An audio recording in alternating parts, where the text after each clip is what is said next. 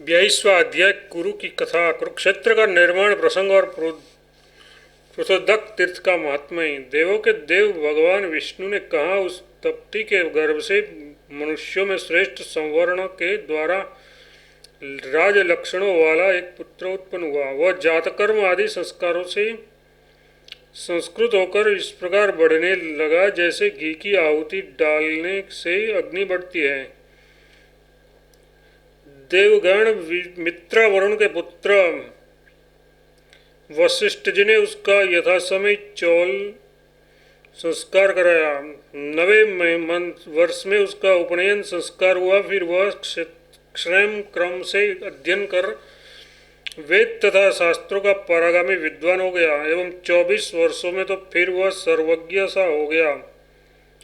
पुरुषश्रेष्ठ संवर्ण का वह पुत्र इस भूभाग पर कुरु नाम से प्रसिद्ध हुआ। तब राजा उस कल्याणकारी अपने धार्मिक पुत्र को उपयुक्त अवस्था में आए हुए देखकर किसी उत्तम कुल में उसके विवाह का यत्न करने लगे। राजा ने कुरु के लिए सुंदर स्वरूप वाली सुदामा की पुत्री सौदामिनी को चुना और सुदामा राजा ने भी उसे कुरु को विधिवत प्रदान कर दिया।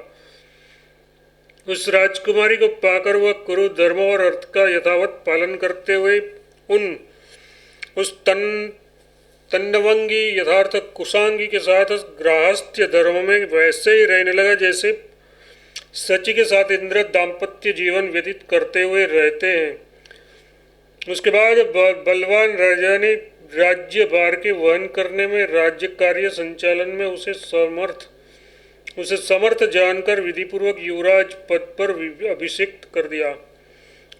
तब पिता के द्वारा अपने राज्य पद पर अभिषिक्त होकर कुरु औरस पुत्र की भांति अपनी प्रजा का और पृथ्वी का पालन करने लगे। प्रजा और पृथ्वी के पालन में लगे हुए राजकुमार कुरु क्षेत्रपाल तथा पशुपाल भी हुए। महाबली वे सर्वपालक एवं प्रजापालक भी हुए। फिर उन्होंने सोचा कि संसार में यश ही सर्वश्रेष्ठ वस्तु है, उसे प्राप्त करना चाहिए, क्योंकि जब तक संसार में कीर्ति भली भांति स्थित रहती है तब तक मनुष्य देवताओं के साथ निवास करता है। इस प्रकार यथार्थ का विचार कर वे राजा यश प्राप्ति के लिए समस्त पृथ्वी पर विचरण करने लगे। उसी सिलसिले में वे बलशाली राजा पवित्र दैत्यवन पहुंचे एवं पूर्ण संतुष्ट होकर उसके भीतर प्रविष्ट हो गए। प्रविष्ट होने के बाद राजा ने वहां पर पापनाशिनी उस पवित्र सरस्वती नदी को देखा जो पाकड़ वृक्ष से उत्पन्न ब्रह्मा की पुत्री है। वह हरिजिह्वा ब्रह्मपुत्री और सुदर्शन जननी उससे भी प्रसिद्ध है। वह सुदर्शन जननी नाम से भी प्रसिद्ध है। वह सुविस्तृत हृद मतलब बड़ा ताल या झील में स्थित है। उसके तट पर करोड़ों तीर्थ है। उसके जल को देखते ही राजा को उसमें स्नान करने की इच्छा हुई। उन्होंने स्नान किया और बड़े प्रसन्न हुए। फिर वे उत्तर दिशा में स्थित ब्रह्मा की समंत पंचक वेदी पर गए। वह समंत पंचक नामक धर्मस्थान चारों ओर 5-5 योजन तक फैला हुआ है।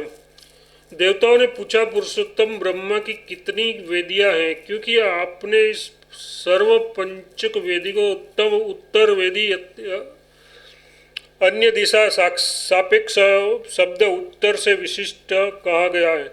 भगवान विष्णु बोले, लोकों में स्वामी ब्रह्मा की 5 वेदियां धर्म सेतु के सदस्य हैं, जिन पर देवादिदेव विश्वेश्वर श्री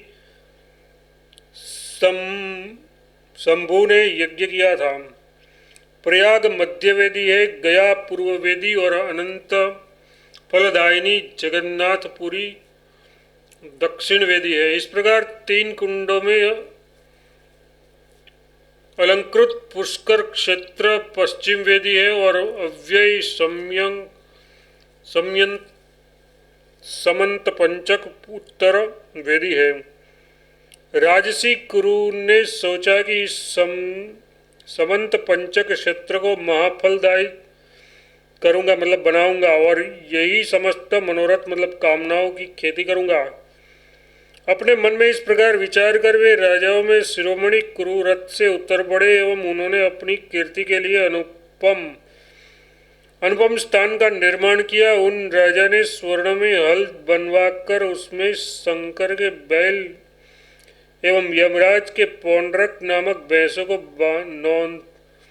नौन कर स्वयं जोतने के लिए तैयार हुए। उस पर इंद्र ने उसके पास जाकर कहा, राजन आप यहाँ ये क्या करने के लिए उद्यत हुए हैं?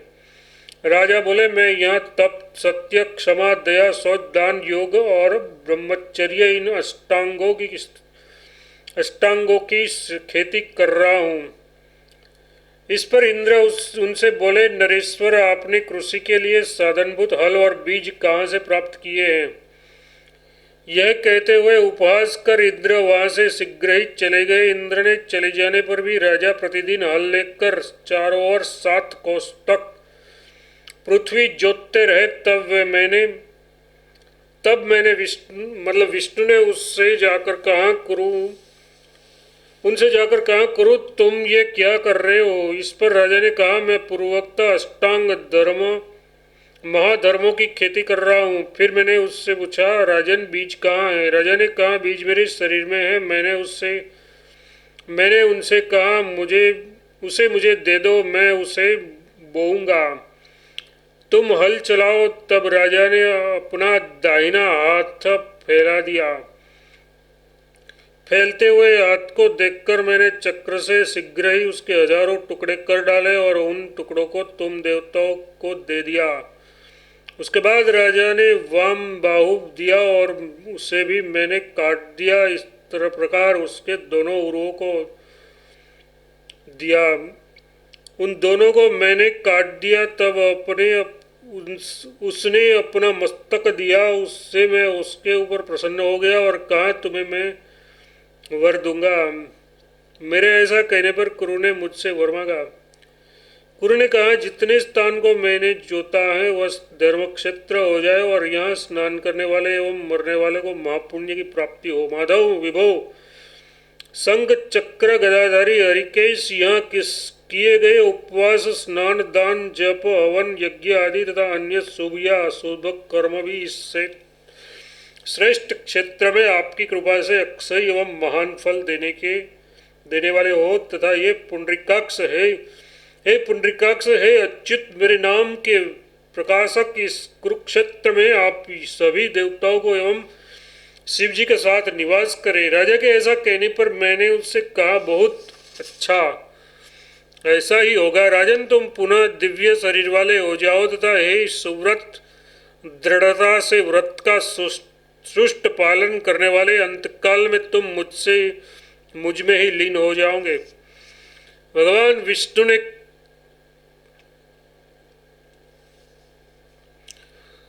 आगे कहा, निस्संदेह तुम्हारी कीर्ति सदा रहने वाली होगी। यहाँ पर यज्ञ करने वाले व्यक्ति मतलब यमराज यज्ञ करेंगे। फिर उस क्षेत्र की रक्षा करने के लिए उन पुरुषोत्तम भगवान ने राजा को चंद्र नामक यक्ष, वासुकी नामक सर्प, शंकुर कर्ण नामक विद्याधर, सुकेशी नामक राक्षसेश्वर, अजावन नामक राजा और महादेव नामक अग्नि को दे दिया। ये सभी तथा उनके अन्य सभी भृत्य एवं अनुयायी वहां आकर कुरु जंगल की अब सब ओर से रक्षा करते हैं।